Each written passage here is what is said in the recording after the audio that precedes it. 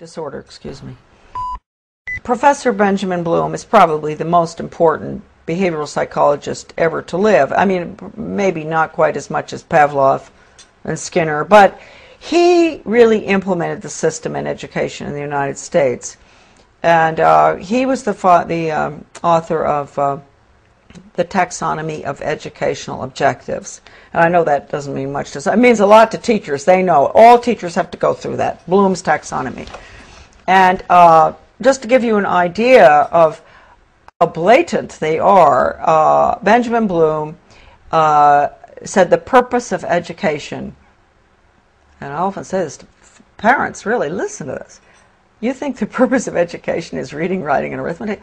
The purpose of education is to change the thoughts, actions, and feelings of students.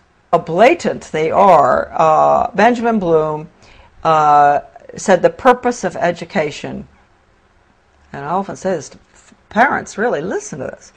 You think the purpose of education is reading, writing, and arithmetic? The purpose of education is to change the thoughts, actions, and feelings of students. How blatant they are. Benjamin Bloom said the purpose of education, and I often say this to parents, really, listen to this. You think the purpose of education is reading, writing, and arithmetic? The purpose of education is to change the thoughts, actions, and feelings of students. How blatant they are. Benjamin Bloom said the purpose of education, and I often say this to parents, really, listen to this. You think the purpose of education is reading, writing, and arithmetic? The purpose of education is to change the thoughts, actions, and feelings of students. And then he goes on and he says, he defines good teaching, and this is even worse from the parental standpoint, as challenging the student's fixed beliefs. And then, in some of his works that I have, that are in my book, a lot of this stuff is in it. When he says challenge, does he mean challenge or does he mean change?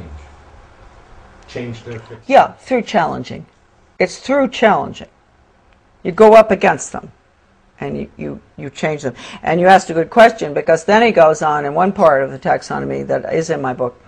He says that he can take a student from here to there, from a belief in God or his country or whatever, to being an atheist and not believing in his country in 1 hour. He says that he can take a student from here to there, from a belief in God or his country or whatever, to being an atheist and not believing in his country in 1 hour.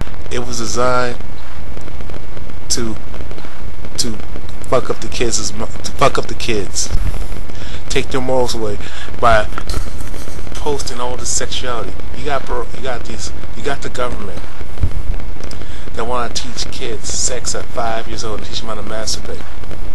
See, that's moral breakdown. That was part of feminism. Then you got the fashion industry, the music, the books, the magazines. If I didn't say it once, I'll say it again. Hollywood.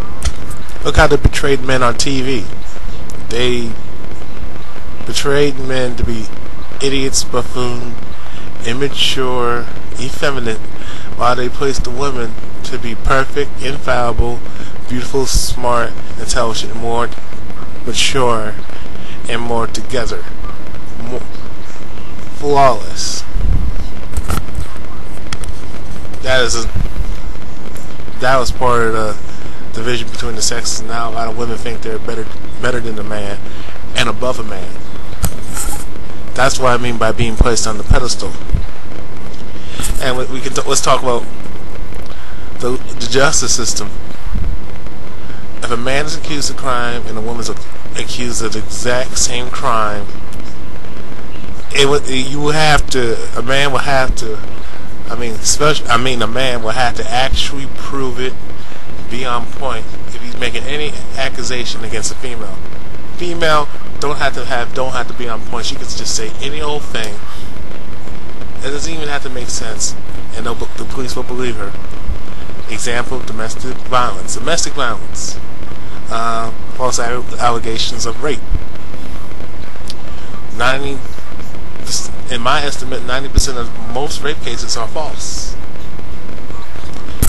Now, if a man does the crime and a woman does the exact same crime, the man gets the book thrown at him, gets locked up, gets death row, gets the electric chair, however you want to see it. The woman who commits the exact same crime, she gets a slap on her hand and is told to go home. And if she is convicted, she gets the justice system is very lenient and forgiving of women and give them a second chance. I mean, it's called probation, then life in prison. Look at that from that comparison. That's what I mean by double standards. Let me go back to your comments. And then, what else do I want to touch on? You talked about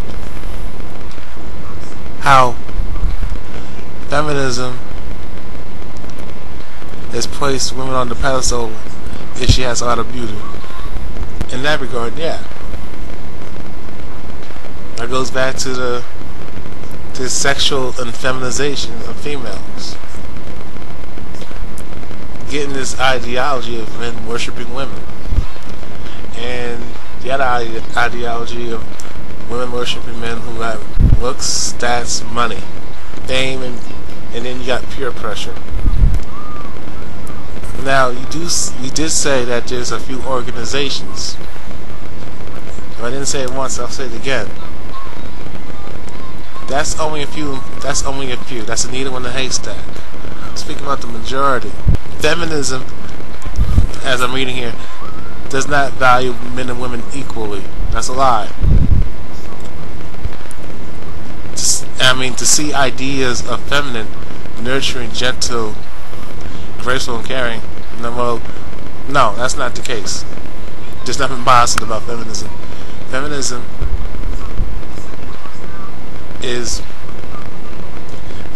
about just selfishness, self-centeredness, evilness, and excuses, and just hatred for men for no reason at all. Just misandry and female chauvinism, the stuff that women complain about men being male chauvinists, but then they turn around and be female chauvinists to men who treat them well, and that's wrong in itself.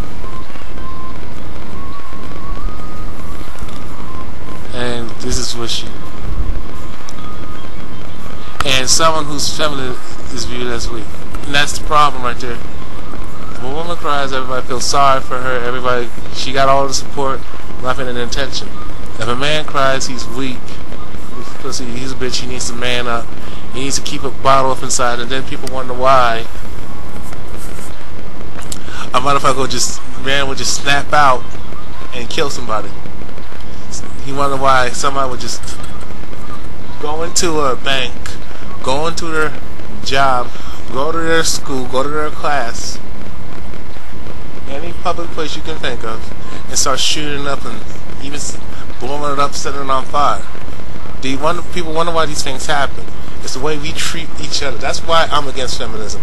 That's why I don't agree with feminism.